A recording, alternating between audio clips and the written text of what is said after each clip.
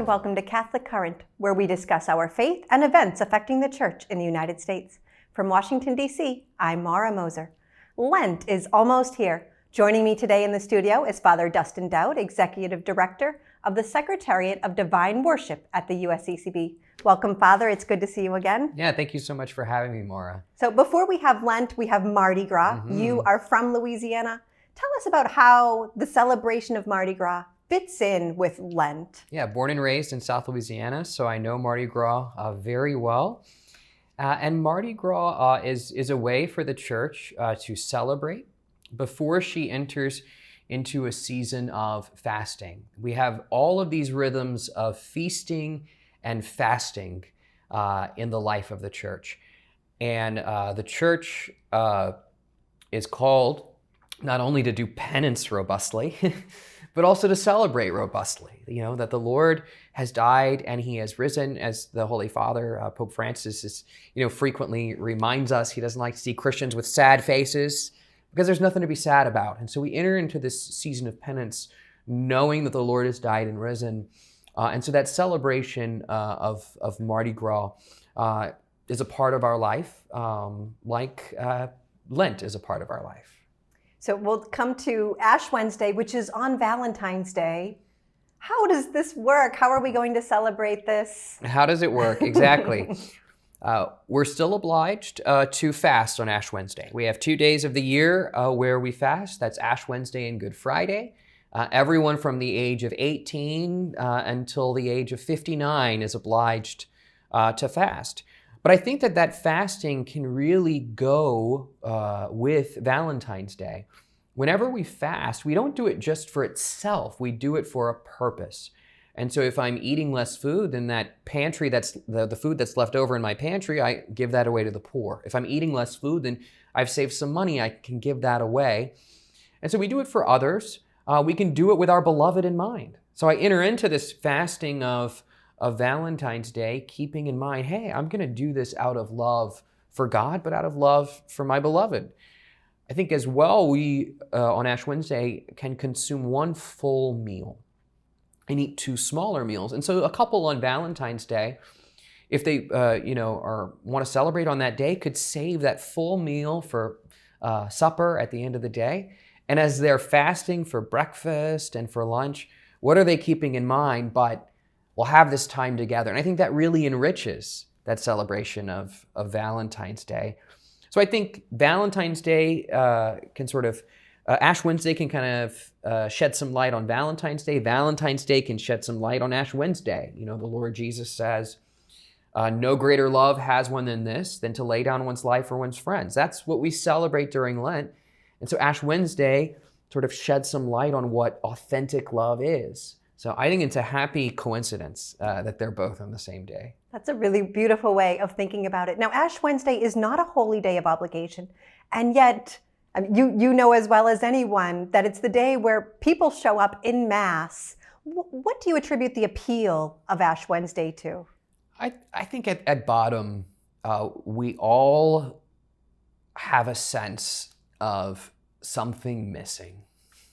When we look within, I think no human person is far from that, from something is missing. I desire something and I don't have it. And ultimately, I think that's, that reflects that we were created and made for God. And that Ash Wednesday, I think, is a time when people express that. I think we experience that fact that something's missing, that something's absent in a particular way whenever we sin, whenever we sin against others. And so having this recognition, folks, it moves them, it leads them to the church to say, something's missing, I've done wrong, and I want things to be different. And I think that's a great place to start. That's a great beginning. And I think that's why we see so many people at church on Ash Wednesday. Now, correct me if I'm wrong, Father, but every year the gospel on Ash Wednesday talks about kind of fasting privately, praying privately, and then we put these ashes on our forehead and walk out into the world and publicly show the world that we are fasting and praying and preparing ourselves for Lent. Can you kind of put those two together for me? Well, I think fasting is, I think at the heart of it, with the Lord in the gospel, he's talking about the spirit which should animate fasting and prayer and giving alms. And it should not be a spirit of vanity. It should not be a spirit that is seeking prestige. So I'm engaging in these practices so that others might think well of me. I'm engaging in these practices so that I might receive such and such a favor or such and such esteem. But I engage in these practices out of love of God and love of neighbor. And so that's just clarifying their true purpose. But I do think it's important, this sign, because fasting is something that we do not just as individuals, but as a body, corporately. And that's why the church establishes days. You know, she doesn't say, hey, you got to fast 2 days. All y'all determine which days you're going to fast on. No, she says, we are all going to fast on this day and this day, because it's important not just that individuals fast, but that communities fast. And I think that's why the signs and symbols of Ash Wednesday, the public celebration of Ash Wednesday, is important, because it's something that we do not only as individuals, but also as a community, as a body. And Father Dustin, you served in a parish before. Do you have any favorite memories or stories of the time of celebrating Ash Wednesday? So there are some parishes who like to make their own ashes. So you can order them from a religious goods store, but you can also make them. And generally they're made from the palms. So the palms from Palm Sunday are burnt. They turn to ash. But the recipe to get ash into some kind of substance that can be applied to a forehead is difficult. And so there may be times when folks have made, you know, a parish has had its homegrown ashes, and the recipe just wasn't good. And so it was like trying to cake mud on someone's forehead, or you know, placing dust on there which wouldn't cling. So I'd say homegrown ashes can be difficult if we don't get the recipe right. Okay, let's turn to Lent. So how can we celebrate these kinds of, the church has these preparatory seasons. What are some ways that we should be celebrating? Well, the 3 pillars of Lent are fasting, prayer, and works of charity. And what I would always tell the students at the parish school is Lent is a 3-legged stool. And that if you remove one of those, the stool collapses. So you have all 3, fasting, prayer, works of charity. We can think of fasting, again, another image I used with the school children, you know, think about a refrigerator, you know. We got to clean out the refrigerator. So that's fasting, emptying ourselves of all the things that are not God. And then prayer is a communion with God that fills me with Him. So if I've emptied myself, I can be filled by the Holy Spirit. So we empty out the refrigerator, and then we can put, you know, new fresh groceries in there. But God fills us, not so that we, can sort of like sit back and, you know, oh man, this is great. He fills us so that we can give away what He's given to us. And so once that fridge is full, we're gonna distribute some of that to those who are in need. So fasting, prayer, almsgiving, and I think we see how they're interconnected, how they're related, and that to have one without the other doesn't make any sense. To have works of charity without fasting doesn't make any sense. To have prayer without works of charity doesn't make any sense. So we need to look at the season of Lent in a more comprehensive way, and to make sure that we're engaging in all 3 of those. So the season of Lent, that's one aspect of it. Another aspect of it is we are accompanying those who are preparing for the sacraments of initiation. So we have those who are becoming members of the Catholic community, And they themselves are doing penance in preparation for the sacraments of baptism, confirmation, and Eucharist. And we're with them. Again, because, I mean, how joyful should we be that new life is being born? You know, we are getting new brothers and sisters. And so they're not taking this journey alone, but we're journeying with them, and we're going to accompany them in that. So fasting, prayer, works of charity, those who are being baptized, accompanying them. And I think the final one I'll point out is at the tail end of Lent, you know, our perspective changes, and we want to celebrate Easter well. And so our fasting, prayer, works of charity sort of like geared toward that I can't celebrate if I don't prepare. I mean, I think every athlete knows that.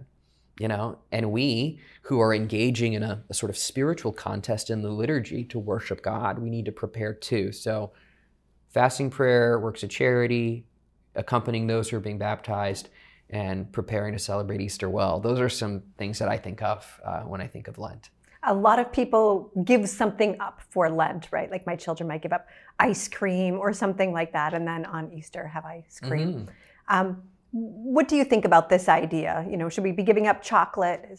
Giving up, I think, is just another way of saying fasting. So when we talked about that three-legged stool, to give up something is to fast or to abstain. So it's absolutely critical. But I think what we can do is to say, no, it's very important that you empty yourself of what is not God. But this emptying should lead to some prayer and to some acts of charity. So helping our young people understand that their giving up, which is critical, needs to be accompanied by prayer and works of charity. And I think, you know, sometimes you'll hear people say, oh, I'm not giving up anything this year, I'm just doing something. Well, you've got works of charity covered, but there's no fasting. You know, you got works of charity covered, but there's no prayer. And so I think just like, you know, giving up, if that were the end of what we do during Lent, something would be missing. If I'm just doing, I'm not giving up, something's missing there too.